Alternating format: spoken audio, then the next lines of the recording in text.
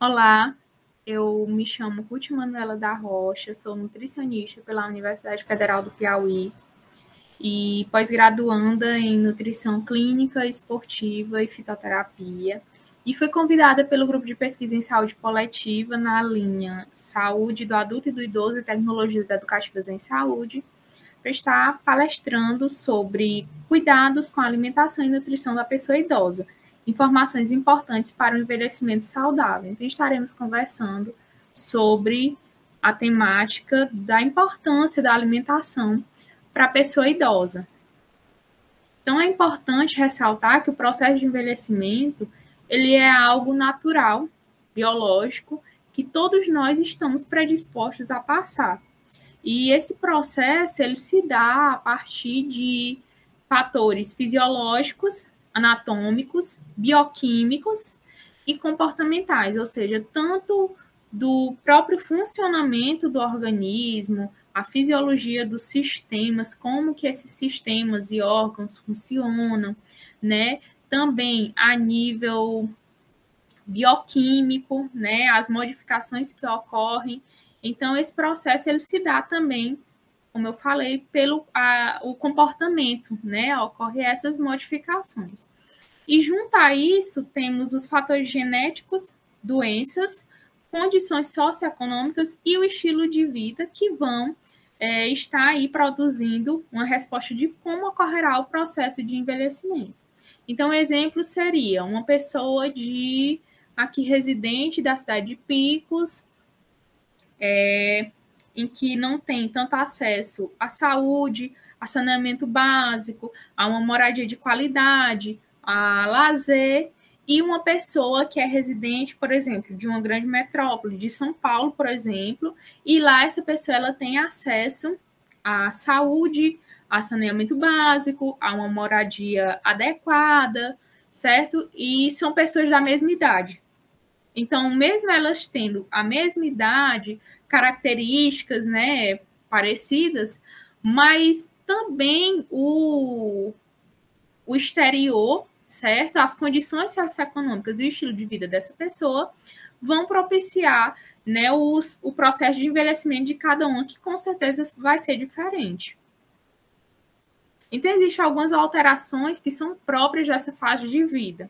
A primeira que eu cito é a sarcopenia. Então, a sarcopenia ela é entendida como uma perda involuntária de massa muscular devido à substituição da proteína contrátil por lipídios intra- e extracelulares e proteína estrutural.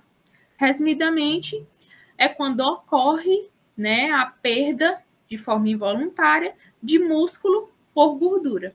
Geralmente, esse indivíduo ele vai necessitar de mais proteínas por ter essa perda natural de músculo e geralmente a gordura ela é concentrada na região abdominal.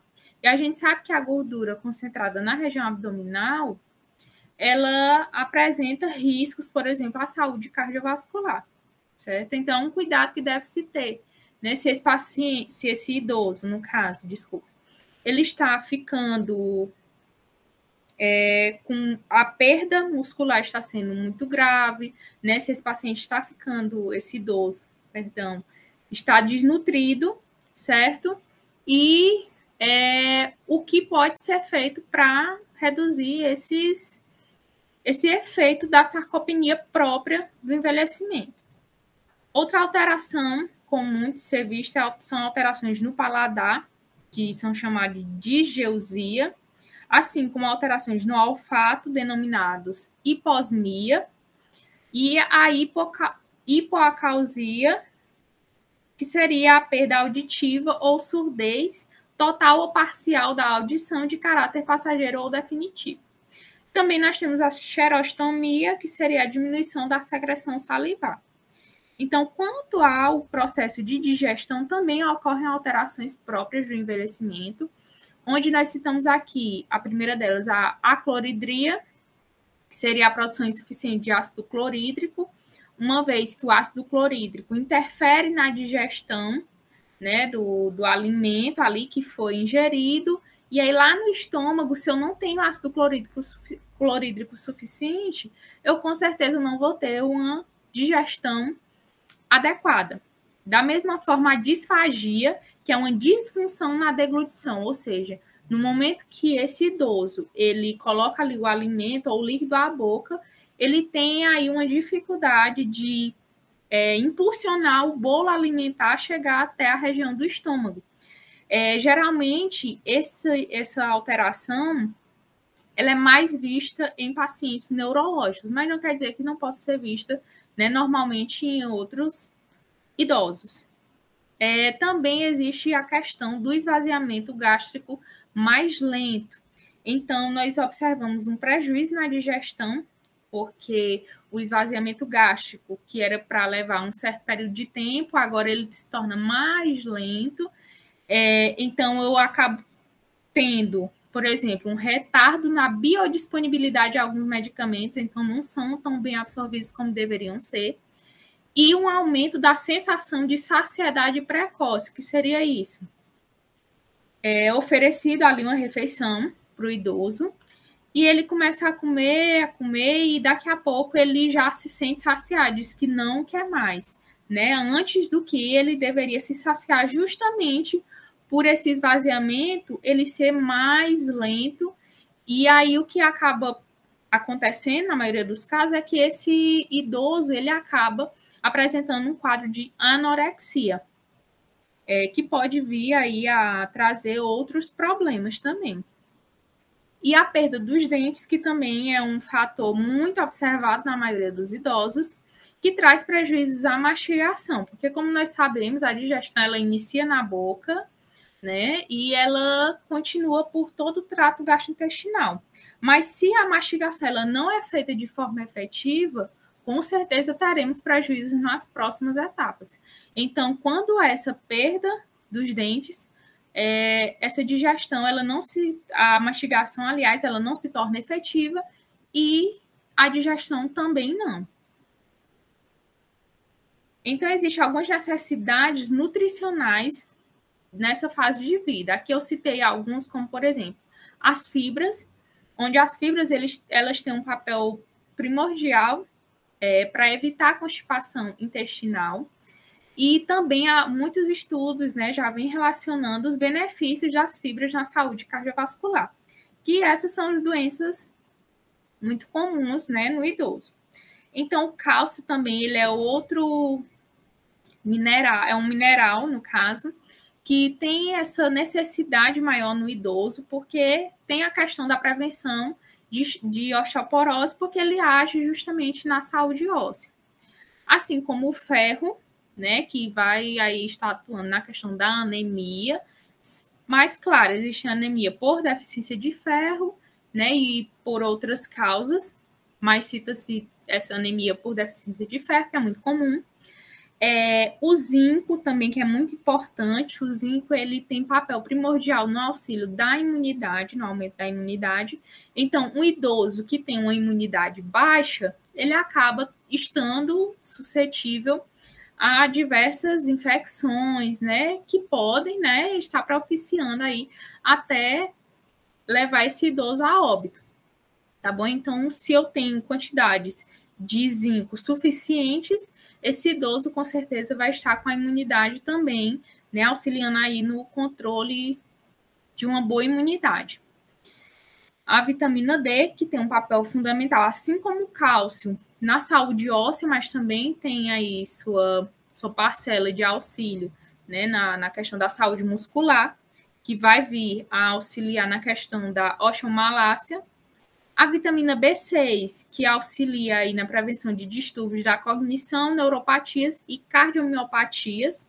No caso de idosos alcoólatras, tem esses níveis de vitamina B6 bem abaixo do recomendado. Então, é interessante, né, inserir fontes de vitamina B6 nesses idosos dependentes de álcool. E a vitamina B12, que sua absorção ela é prejudicada por atrofia gástrica, né, atrofia ali na região do estômago, prejudicada também por conta de medicamentos, que é muito comum né? São raros os casos de idosos que não fazem uso de nenhuma medicação. E também anemia perniciosa, né? Já no caso, por a deficiência da vitamina B12. E não indo muito longe, a questão também da hidratação, os fluidos, né? Então, a desidratação ela é bastante comum em idosos, por fatores como, por exemplo, idosos geralmente têm uma menor percepção de sensação de sede, então ali eles passam o dia inteiro e acabam poucas vezes sentindo vontade de beber água, pedindo água, certo? Então é sempre importante estar realizando a oferta de água a esse idoso. Também há uma redução na capacidade renal, alguns medicamentos pioram o balanço hidroeletrolítico e algumas doenças neurológicas também acabam impactando, né, no aparecimento do quadro de desidratação. Então, o Instituto de Medicina, em 2015, estabeleceu que seria necessário a ingestão de 3 litros de água para homens e 2,7 litros de água para mulheres. Só que, claro, isso depende da necessidade de cada pessoa e, especificamente, aqui no nosso clima, idosos que residem aqui em locais muito quentes, de temperaturas muito altas, como a nossa, aqui na região aqui de Picos, né? Então, precisam de uma hidratação muito maior no decorrer do dia. Então, aqui eu trago orientações para favorecer uma alimentação saudável para a pessoa idosa. Primeiramente, eu cito a questão de que o ambiente que é preparado o alimento e que as refeições são feitas, ele deve ser o mais adequado possível e deve ser agradável, né? Acaba sendo muito desagradável fazer uma refeição em um local que não lhe traz felicidade, que é um local sem muita alegria, né? Então, é interessante que esse momento das refeições ele seja feito, né, de forma agradável, porque nós precisamos entender que a alimentação ela é muito mais do que apenas estar ali comendo o alimento. Ela é um momento único de você com o alimento, você deve ter sim uma ligação ali naquele momento. E deve ser um momento prazeroso, né? A refeição deve ser um momento prazeroso, tá? Então, para o idoso também não é diferente. É uma necessidade também. Então, existem, vamos dizer assim, um passo a passo a ser feito, né, para a oferta de alimentos ao idoso. Né? Porque a gente fala muito que as pessoas, no geral, elas precisam se alimentar bem, em questão de quantidade, né? Tanto de carboidrato, tanto de proteína, mas é importante, claro, não deixa de ser. Mas a qualidade desse alimento também é de extrema importância, certo? Então, os cuidados, eles iniciam no planejamento das refeições, né, de forma que você utilize medidas corretas durante o preparo. Quais seriam essas medidas? Medidas de organização, né, de planejamento, como foi citado, e medidas higiênico-sanitárias também são importantes nesse processo, tá? Então, cuidados nas compras dos alimentos é o ponto de partida, onde uma lista de compra, a elaboração de uma lista de compra, ela é primordial, porque você sabe o que você precisa adquirir, né, na ida ao supermercado, ao mercado, e com essa lista de compras vai evitar que você esteja comprando mais do que necessita, né, e não fique faltando nada, certo? Então, é necessário que seja observado se os produtos são de procedência segura, tá? Então, observar se aquele supermercado, aquele mercado, aquela pessoa que está me ofertando aquele produto segue pelo menos algum cuidado higiênico-sanitário ali, né, no ambiente no geral. Verificar o prazo de validade, é algo extremamente importante, ele deve ser respeitado. Então, por exemplo, eu vou consumir um iogurte, tem lá dizendo que venceu há 1 mês atrás. Eu não vou, de forma alguma, consumi-lo, porque se a validade, né, o prazo de validade, ele já venceu, já passou, então esse produto ele não está apto para consumo, certo? Então, observar também se as embalagens não estão danificadas, como é o caso de latas de, por exemplo, de milho, né? Aquelas latinhas de milho. Não é interessante que latas amassadas, a gente compre latas amassadas, certo? Porque elas vão produzir efeitos maléficos ao organismo. E da mesma forma, se forem caixinhas, se forem embalagens plásticas e dentre outras, se estiverem danificadas, não devem ser compradas, certo? Compradas ou utilizadas. Também avaliar as características próprias do produto quanto à aparência, cor, cheiro e textura. Por exemplo, se você vai comprar uma carne bovina, por exemplo, e você vê uma diferença ali na cor da carne, dos pedaços da carne, uma coloração mais esverdeada, um odor mais forte e incomum, que você sabe que não é comum de ser, né, ali observado em carnes, então você já não vai adquirir e utilizar esse tipo de carne, certo? Então é preciso estar atento a essas questões.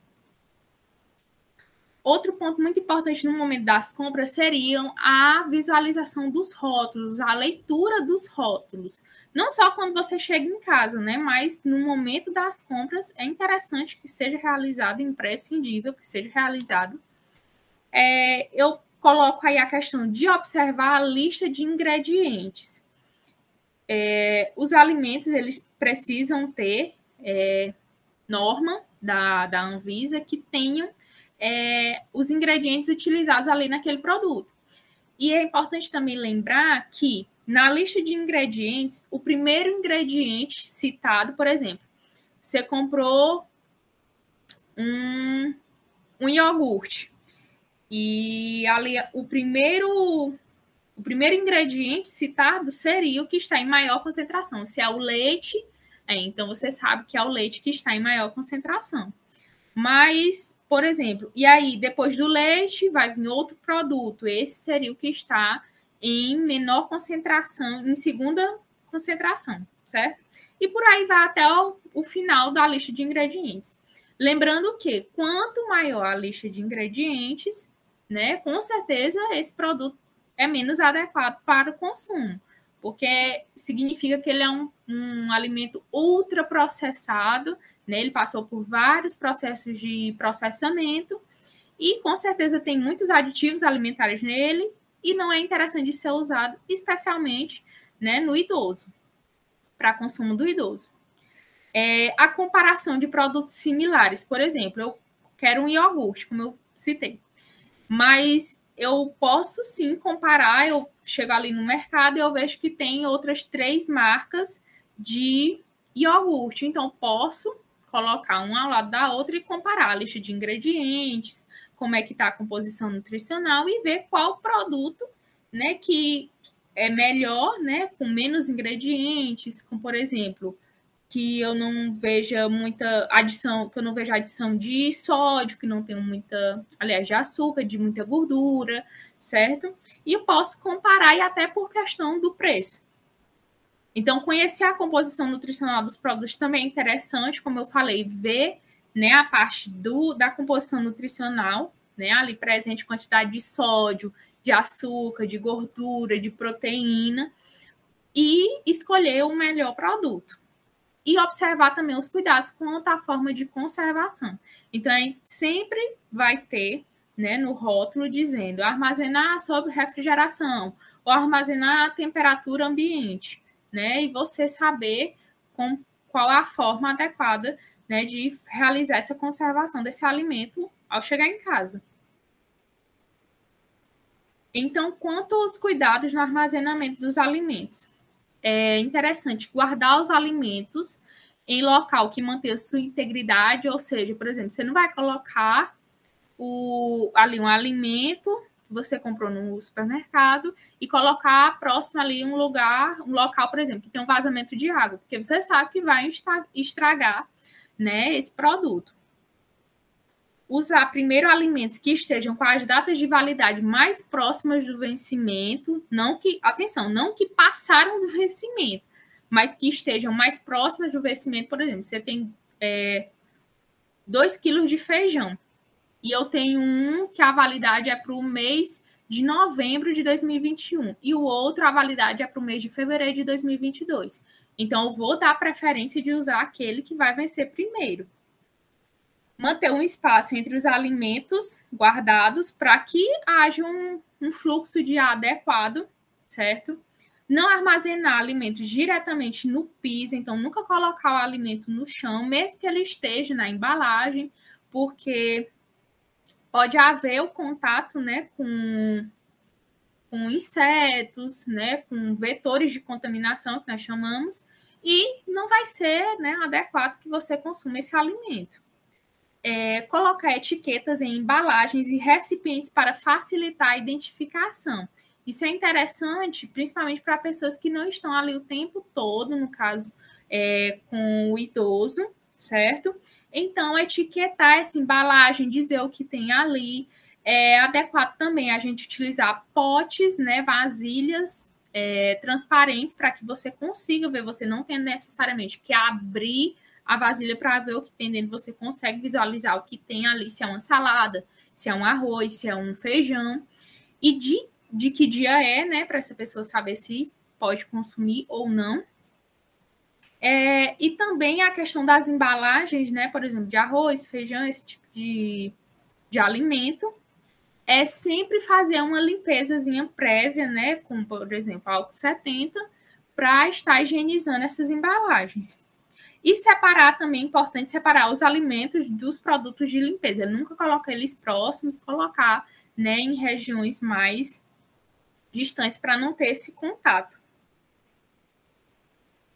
É importante também ressaltar a sanitização de frutas, verduras e legumes, certo?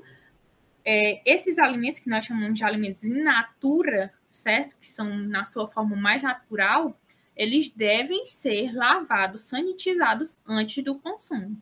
Então, chegou do mercado, lava em água corrente, coloca na solução de hipoclorito de sódio, que seria a nossa comum água sanitária, se você não tem o hipoclorito, e sempre visualizar, né, na água sanitária, se ela é própria para uso em alimentos, isso vai ter no rótulo, e ver qual é a proporção que tem ali de água sanitária para a quantidade de água, né?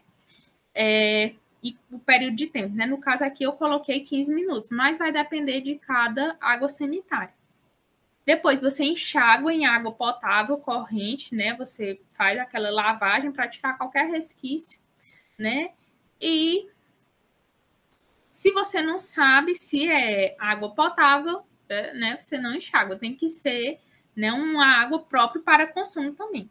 Então, esses alimentos eles devem ser secados naturalmente ou com utensílios específicos, né? Existem alguns produtos, né, alguns utensílios, na verdade, que conseguem realizar secar o alimento, são muito práticos, mas para quem não tem, pode deixar ele secando naturalmente, né, na sombra, e depois guardá-los, certo? Seja na geladeira ou alimentos que podem ficar fora da geladeira. E aqui eu trago esse documento aqui, esse material produzido pelo Ministério da Saúde e a Universidade Federal de Minas Gerais, chamado Na Cozinha com as Frutas, Legumes e Verduras. Ele é bastante interessante, tá? Tá disponível na internet, tá? Bem fácil de achar, e ele tem fala muito sobre a diversidade de frutas, legumes, quais são as melhores épocas para adquiri-los, onde é que esses alimentos eles podem ser armazenados, tá? É um material bem interessante, de uma leitura bem fácil de entendimento também. Outro ponto importante seria os cuidados com a higiene pessoal durante o manuseio dos alimentos. Então, o manipulador, que é a pessoa que vai estar ali preparando o alimento, ela também precisa ter uma rotina de higiene, certo? Então, antes de preparar o alimento, ela deve ter lavado as mãos, né? amarrado o cabelo, por exemplo, não deve estar unhas grandes, sujas, né? Porque isso pode contaminar o alimento, certo? Outra coisa importante também seria a questão dos adereços. Nada de anel, pulseira, brinco, certo? Porque tudo isso pode, né, colocar ali em risco o alimento que vai estar sendo preparado. Unha em gel também é muito interessante, está sendo muito utilizado, né, pelas mulheres. Então, esses adereços não são recomendados que sejam usados no momento que você está preparando o alimento. Provar também, pegar com o dedo e levar à boca ali o alimento que você está preparando para provar, né? O certo seria que se utilizasse uma colher limpa, né? Limpa e seca, para pegar o alimento, levar à boca, você provar, né? Se for o caso, adicionar, mas fazer alguma adição de algum tempero, algum ingrediente. Também não é recomendado que a gente fique conversando, falando, tossindo, espirrando em cima do alimento que está sendo preparado. Outro cuidado no preparo das refeições seria o ambiente onde esse alimento está sendo preparado, certo? Ele precisa estar limpo, tanto a superfície de trabalho, ou seja, a pia, o fogão, né? Ali deve estar um local bem higienizado, mas também os utensílios, tábua, faca e os equipamentos, né? Por exemplo, você vai usar um liquidificador, uma batedeira, também devem estar devidamente limpos.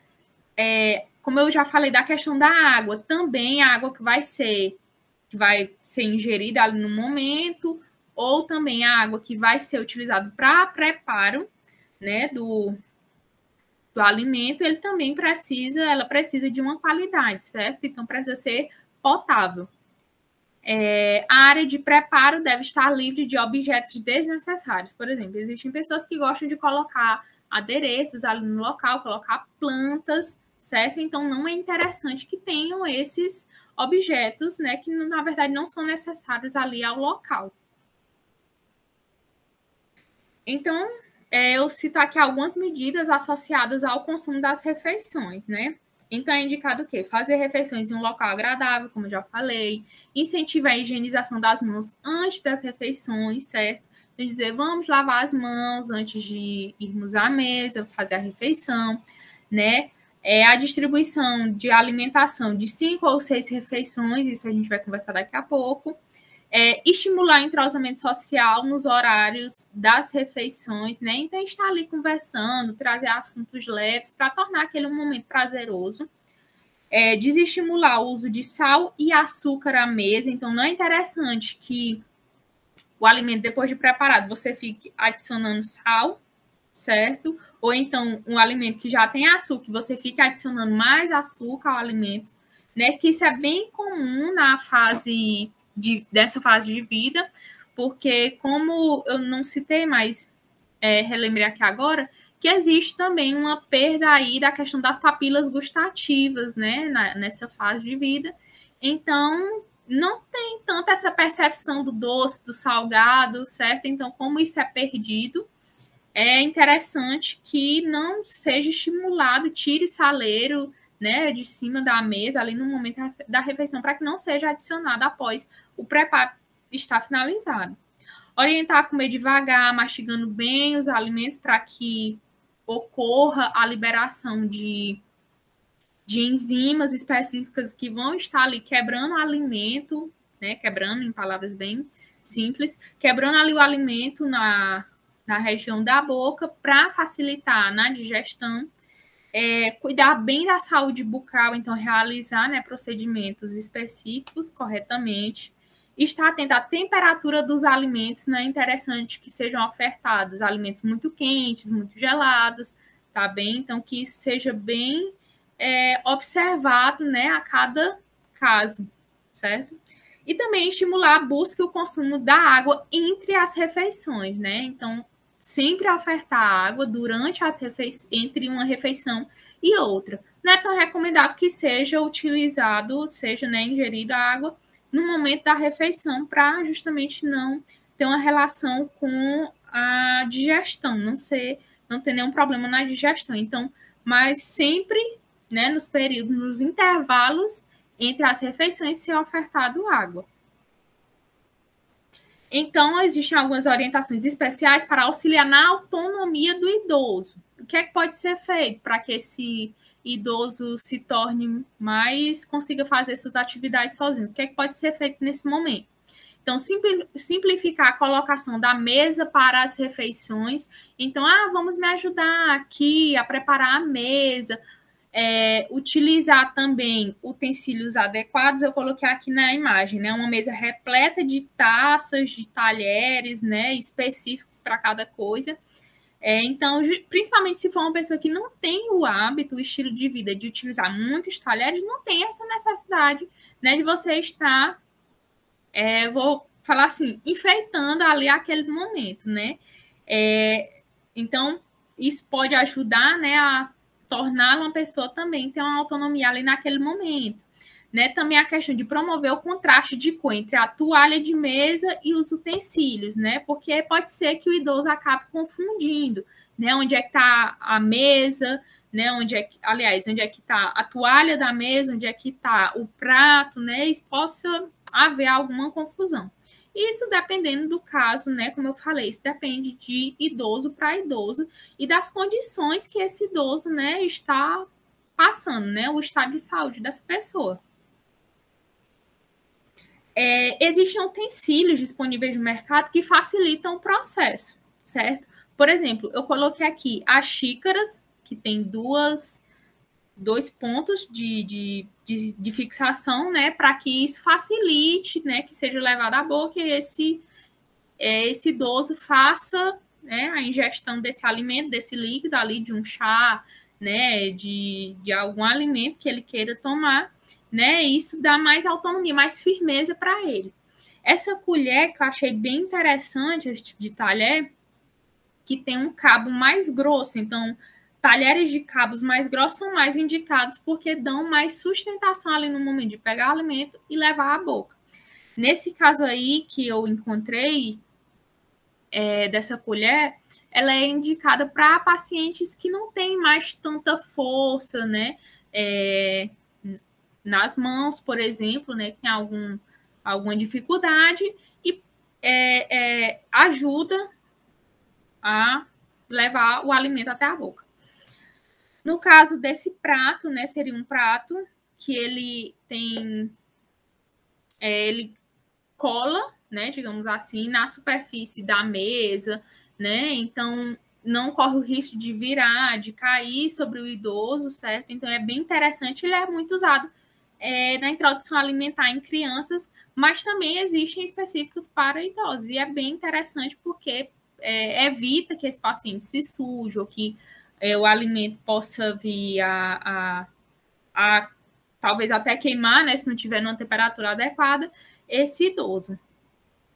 Os utensílios eles devem ser resistentes e fáceis de segurar, então não é para que esse utensílio ele seja de difícil uso, e estar dispostos em local de fácil acesso. Então, o idoso sabe onde está, é de fácil acesso, não é um lugar muito alto ou muito baixo, que ele não consegue se abaixar para pegar, e aí ele tem ali um fácil acesso, né, aos utensílios, e ele se sente, né, na sua autonomia de realizar suas tarefas. E eu trago aqui os 10 passos para uma alimentação saudável para pessoas idosas. Primeiro eu cito, fazer pelo menos 3 refeições principais, que seria o café da manhã, o almoço e o jantar. Isso, elas são refeições imprescindíveis para qualquer pessoa, porque elas vão propiciar energia, né, para esse indivíduo, né, e também você pode estar inserindo 2 ou 3, né, lanches saudáveis por dia, né, nesses intervalos, né, um lanche da manhã, um lanche da tarde, se for o caso, a ceia, que seria após o jantar, né? Então, não é interessante que as refeições elas sejam puladas, digamos assim, né, para propiciar que as refeições elas sejam bem divididas, bem organizadas e esse idoso ele consiga realizar, né, todas as refeições necessárias e tenha todos os nutrientes que ele necessita para o funcionamento do seu organismo. Segundo passo seria incluir diariamente alimentos do grupo dos cereais, né? E dar preferência aos grãos integrais e aos alimentos na sua forma mais natural. Eu já falei dessa questão dos alimentos in natura, da sua importância. E também os alimentos do grupo dos cereais, que seria o quê? O arroz, o milho, também temos aí a batata inglesa, a batata doce, a macaxeira, né? Que são alimentos que são fontes de carboidrato, como eu falei, dão energia, então são necessários de ser incluídos na alimentação.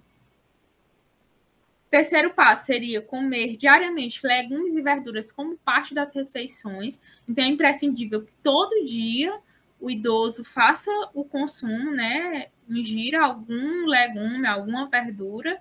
É claro, a depender das suas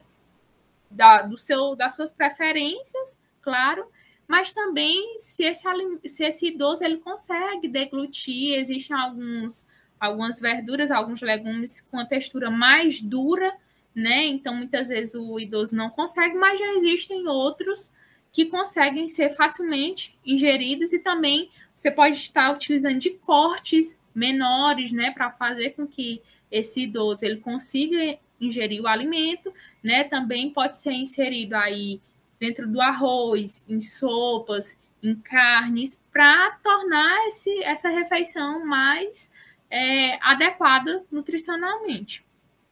As frutas também, né, devem ser ingeridas diariamente, porque elas têm diversas vitaminas, minerais, que ajudam no bom funcionamento do organismo.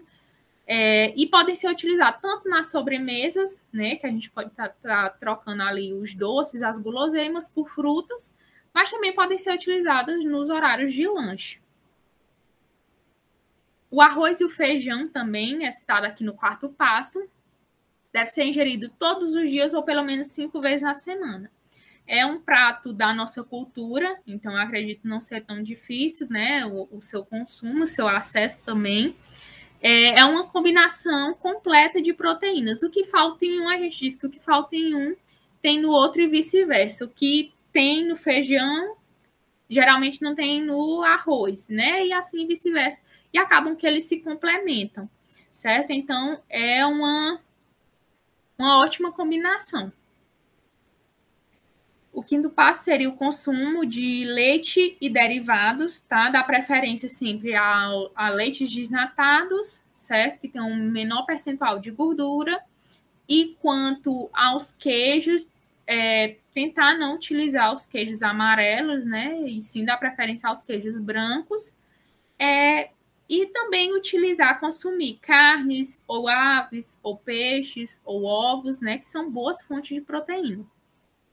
É interessante citar que nas carnes, né, seja retirada aquela gordura aparente, certo? Para que você não consuma, e utilizar também cortes magros, tá certo?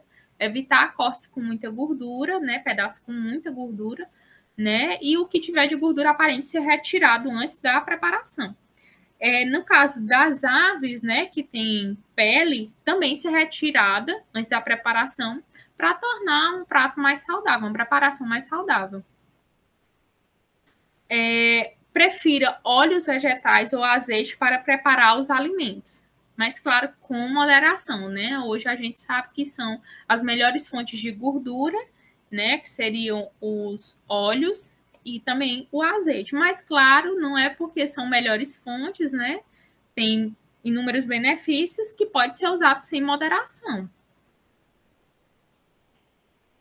O sétimo passo é evitar refrigerantes e sucos industrializados. Sucos, mesmo sendo industrializados, não são uma boa opção. Na verdade, a melhor opção é o consumo de frutas. Se o idoso não consegue ingerir a fruta, utilizar suco da própria fruta e evitar sucos industrializados.